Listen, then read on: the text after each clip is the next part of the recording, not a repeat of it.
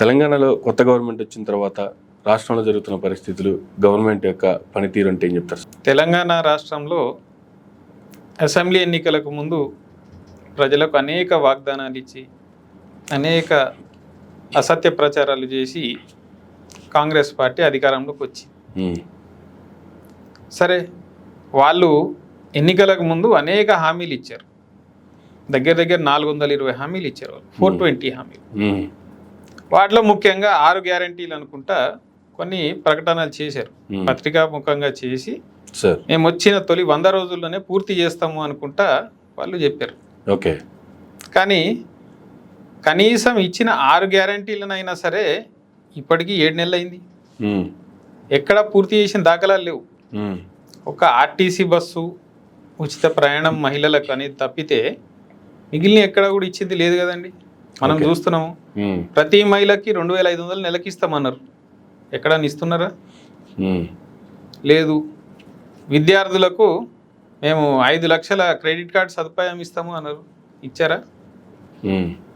చదువుకునే ఇంటర్మీడియట్ పైన ప్రతి మహిళకు విద్యార్థినికి మేము స్కూటీ ఇస్తామన్నారు. ఇచ్చారా? ఎక్కడైనా అది లేదే. పోనీ కనీసం వీళ్ళు వాగ్దానాలు చేసినట్టు 200 యూనిట్ల ఉచిత విద్యుత్ అన్నారు. మొదట్లోనేమో ఎటువంటి నిబంధనలు పెట్టలే, అందరికీ ఉచిత విద్యుత్ 200 యూనిట్లు అన్నారు. ఇప్పుడు వచ్చిన తర్వాత ఏముంది, ఇంటి ఓనర్కి మాత్రమే వస్తుంది, దానిలో రెంట్ ఓనర్కి లేదు. మనకు తెలుసు, మన పట్టణాల్లో అనేక ప్రాంతాల్లో రెంట్కుండే వాళ్ళే ఎక్కువ ఉన్నారు, మధ్యతరగతి పేద వర్గాలు. వాళ్ళకి అందుబాటులో లేకుండా చేశారు. సరే, 500కే గ్యాస్ సిలిండర్లు అన్నారు. మరి అది ఎంతవరకు అమలవుతుంది? తెలంగాణ రాష్ట్రంలో సుమారు 92 లక్షల వైట్ రేషన్ కార్డులు ఉంటాయి. వీళ్ళు ఇస్తున్నది ఎంతమందికి? 39 లక్షల కుటుంబాలకు మాత్రమే ఇస్తున్నారని తెలిసింది. కాబట్టి ఎక్కడికక్కడ తూట్లు పొడుస్తూ నిరుద్యోగ భృతి అన్నారు, అది ఎక్కడా వస్తలేదు. పోనీ వచ్చిన తొలి సంవత్సరం లోపే 2 లక్షల ఉద్యోగాల భర్తీ అన్నారు, అది ఎక్కడ అమలైంది? ఇప్పుడు దాకా ఎన్ని ఇచ్చారు వీళ్ళు? గత ప్రభుత్వంలో మేము ఇచ్చిన ఉద్యోగాలన్నింటినీ కూడా కేవలం నియామక పత్రాలు అందజేసి మేము ఇచ్చేసాం ఇవి అని చెప్పుకునే దొంగ తెలివితేటలు తప్పితే వీళ్ళకి నిజంగా పరిపాలన పైన ఎక్కడైనా కొద్దిగా సోయన్నదా అండి? మనం చూసాం, ఒకప్పుడు భారతదేశం మొత్తం కరెంటు కోతలతో అల్లాడినప్పటికీ తెలంగాణ రాష్ట్రంలో ఎక్కడ కూడా కరెంటు కోతలు లేకుండా నిరంతరాయ విద్యుత్ అందించిన రాష్ట్రం తెలంగాణ. నేడు ఎక్కడ చూసినా నిరంతరంగా కరెంటు కోతలు ఉంటున్నాయి. ఆ కరెంటు కోతలు, మాకు కరెంటు పోయింది మహాప్రభు అని ఎవరైనా గనక ట్విట్టర్ వేదికగా దాన్ని తెలియజేస్తే వారి ఇంటి వద్దకు వెళ్ళి ఆ ట్వీట్ డిలీట్ చేస్తారా లేదని బెదిరిస్తున్నారు. ఓకే, ఆ పాలన. ఒకప్పుడు తెలంగాణ రాష్ట్రంలో నీటి ఎద్దడి ఎక్కడా లేదే. హైదరాబాద్ లాంటి మహానగరాలు కూడా ఏ రోజు నీళ్ళ కోసం అల్లాడింది లేదు. ఈరోజు చూసుకుంటే స్వయంగా ముఖ్యమంత్రి రేవంత్ రెడ్డి కొడంగల్లోనే నీళ్ళ కోసం రోడ్డెక్కి ప్రజలు ధర్నాలు చేసిన ఉదంతాలు ఉన్నాయి. చూపిస్తా వీడియోలు కావాలంటే ఎవరికైనా. ఇక హైదరాబాద్ నగరం ట్రాఫిక్ అయితే కాంగ్రెస్ గవర్నమెంట్ వచ్చిన తర్వాత అస్తవ్యస్తమైంది.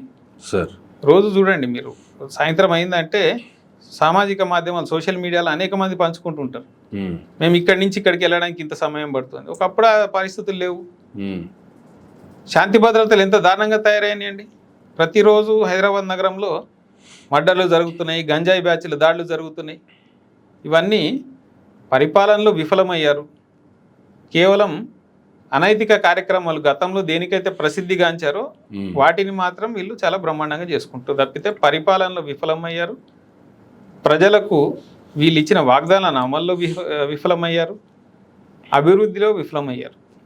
రైతు బంధుకు సంబంధించి కూడా ఆగస్టులో పెయ్యకపోతే అనేటువంటి సవాల్స్ కూడా జరిగినాయి.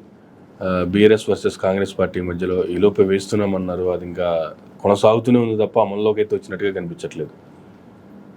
అదేనండి చెప్పేది. మేమున్న సమయంలో రైతులకు ఏదైతే ఖరీఫ్, రబీ, యాసంగి, వానాకాలం 2 సీజన్లు కూడా ఆ సీజన్లు మొదలయ్యే సమయానికి రైతుల అకౌంట్లలో రైతు బంధు పడేది.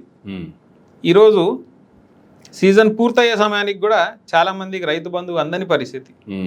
వాళ్ళందరూ కూడా మాకు ఇంతకుముందే బాగుంటుండే, వీళ్ళు చెప్పిన మాటలు నమ్మి మేము అనవసరంగా మోసపోయినాం, మాకు రావాల్సింది వస్తలేదు. అందులో వీళ్ళు మరి పోటుగాళ్ళు ఏం చెప్పారు ఎలక్షన్స్కి ముందు, కేసీఆర్ మీకు సంవత్సరానికి 10,000 ఇస్తుండే ఎకరానికి, మేము వస్తే 15,000 ఇస్తాము, రైతుకి 15,000 ఇస్తాము, కౌలు రైతుకి 15,000 ఇస్తాము, వ్యవసాయ కూలీలకు 12,000 ఇస్తాము అని చెప్పారు వీళ్ళు. ఏడమలైంది. కనీసం ఈ రోజు వరకు వీళ్ళు ఎక్కడైనా దానికి సంబంధించి ఆ కసరత్ అయినా మొదలుపెట్టారా? ఏదన్నా అంటే కమిటీలు వేస్తాం, కమిటీలు వేసే పేరుతో కాలయాపన చేసి దాన్ని ఇది ఎంతసేపటికి నాంచేస్తారు తప్పితే వీళ్ళకి అది చేసే చిత్తశుద్ధి లేదు. దీని పరిస్థితి ఎలాగుంటే రైతులు రుణమాఫీ అయ్యే అవకాశం ఉందంటారా?